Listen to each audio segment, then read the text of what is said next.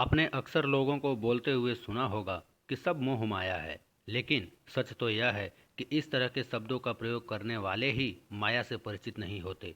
असल में माया क्या है, यह माया किसे कहते हैं, यह बहुत कम ही लोग जानते हैं, क्योंकि आजकल लोग आधुनिकता को बिन बजाने में लगे हैं। जो आध्यात्म से जुड़ा है, सिर्फ वही व्यक्ति माया को समझ सकता है और उसकी व्याख्या बता सकता है। हालांकि हमारे ग्रंथ हमें बताते हैं कि माया क्या है, लेकिन फिर भी लोगों ने उसका गलत मतलब निकाला है। इसलिए आज यह जानना और इसका प्रचार करना बेहद ज़रूरी है कि असलियत में माया क्या है। अंग्रेजी में उपयोग होने वाले शब्द मेजर, जिसका अर्थ होता है माप, लेकिन इस अंग्रेजी शब्द की जड़ें संस्कृत के शब्द माया से जुड़ी हैं। अर्थात माया का अर्थ हुआ जो मापा जा सकता है। यदि यह कहा जाए कि यहाँ तो सब माया है, तो आप समझिए कि यहाँ सब मापा जा सकता है।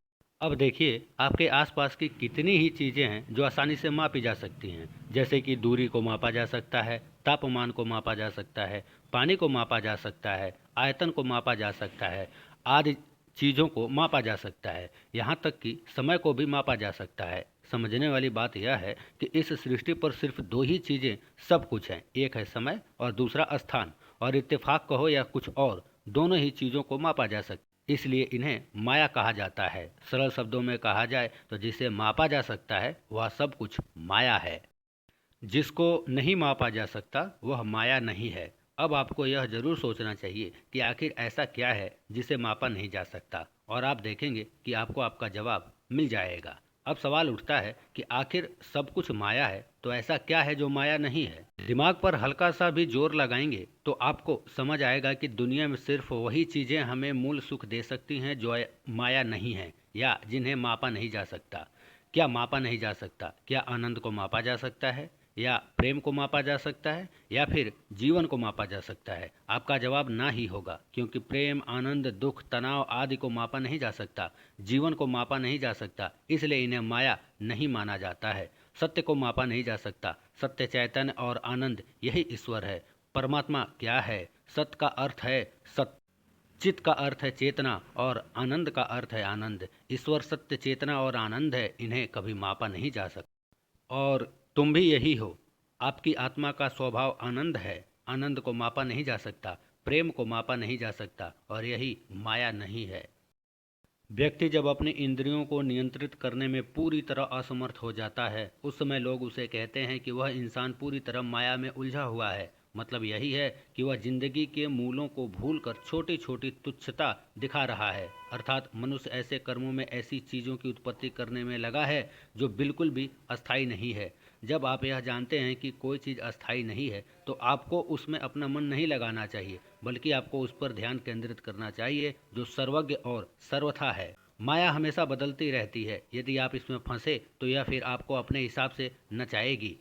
जैसे आज ज़्यादा पैसे कमाए हैं तो खुशी का अनुभव करते हैं, और वही कल कम पैसे कमा पाए तो व्यक्ति दुखी हो जाता है। ये क्या है?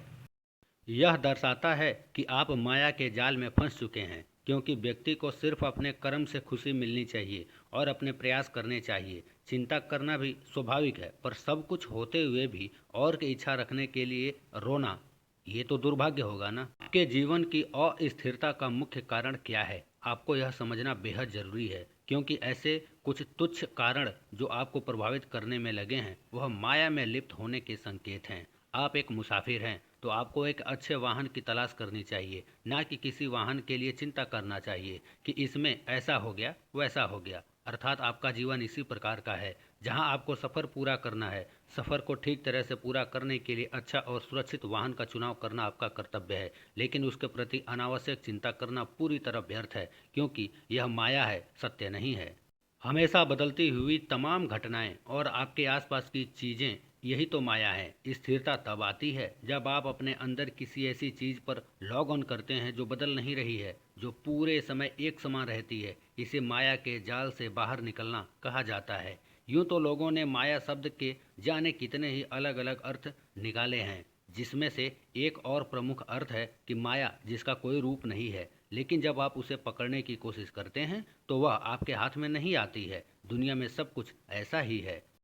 आपको कोई चीज़ बड़ी सुंदर लगती है, आपको आकर्षित करती है, आप उसके लिए तड़पने लगते हैं, यहाँ तक कि यदि वह नहीं मिलती तो लोग आत्महत्या भी कर लेते हैं। लेकिन सत्य इन सबसे परे है। सत्य यह है कि माया बदलती रहती है, और जब आपको कोई ऐसी चीज़ मिल जाती है जिसे पाने के लिए आप बेहद जिज्ञासु थे, तो बाद में वही चीज़ आपको खराब लगने लगती है। आपकी नज़रों में उसकी कीमत कम होने लगती है, और धीरे धीरे आप देखते हैं कि आपकी नज़रों में उसकी सुंदरता पूरी तरह खत्म हो गई है। तो इस बात का निष्कर्ष यही निकलता है कि यह माया है जो आपको आकर्षित करने का कार्य करती है, आपसे दूर रहकर आपको विचलित करने का कार्य करती है। और यदि आप उसे गलती से हासिल भी कर लेते हैं तो वह अपना रूप बदलकर किसी और वस्तु में समाने लगती है, और फिर आप उसके पीछे लग जाते हैं।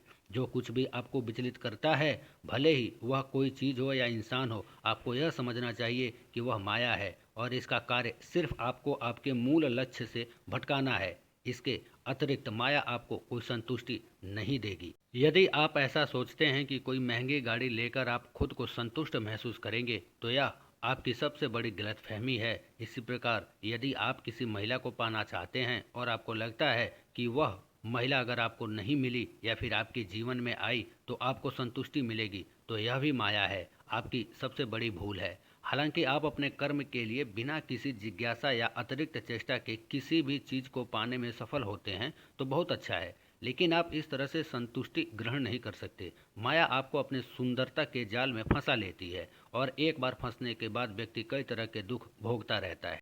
जो आप किसी चीज़ को बहुत सुंदर देखते हैं और आप उसे अपने पास रखने की कोशिश करते हैं, जिस क्षण आप इसे धारण करते हैं आप पाते हैं कि सुंदरता चली गई है। आपको लगता है कि खुशी बाहर है और आप उसके पीछे भागते रहते हैं, और जब तुम वहां पहुंचते हो तो वहां कोई खुशी, कोई संतुष्टि नहीं होती, होता है तो सिर्फ दुख। यदि आप खुद से संतुष्ट हैं, अपने भीतर से स्थिर और संतुष्ट हैं, तो दुनिया की सभी खास चीज़ें आपकी तरफ आकर्षित होती हैं, सब कुछ आपकी ओर दौड़ता है। इसलिए शुरू से ही कहा गया है कि अगर आप आनंद के पीछे भागते हैं तो दुख आपके पीछे आएगा ही, और यदि आप ज्ञान का पालन करते हैं तो आपको जिंदगी जीने का मजा आएगा। हर वह चीज़ जो तुमको अपनी तरफ खींचती है, आकर्षित करती है, आपके मन में उसको पाने की भावना बनाती है, वह सब माया है, और उसका काम सिर्फ एक है, आपको आपके मूल मकसद से भटकाना, जिसके बाद ना तो आपको आपका मकसद प्राप्त होता है और ना ही उस चीज़ में से संतुष्टि मिलती है जिसकी तरफ आप भाग रहे होते हैं। यही तो माया है। न माम दुष्कृतिनो मूढ़ा प्रपदन्ते नराधमा माययापहृत ज्ञाना आसुरम भावमाश्रिता। अर्थात माया ने जिनका ज्ञान हर लिया है, ऐसे दुष्ट कर्म करने वाले मूढ़ नरों में अधम और असुरी स्वभाव वाले मेरी शरण में नहीं आते। यह श्लोक स्वयं मायापति ने गीता के माध्यम से अर्जुन को समझाया था।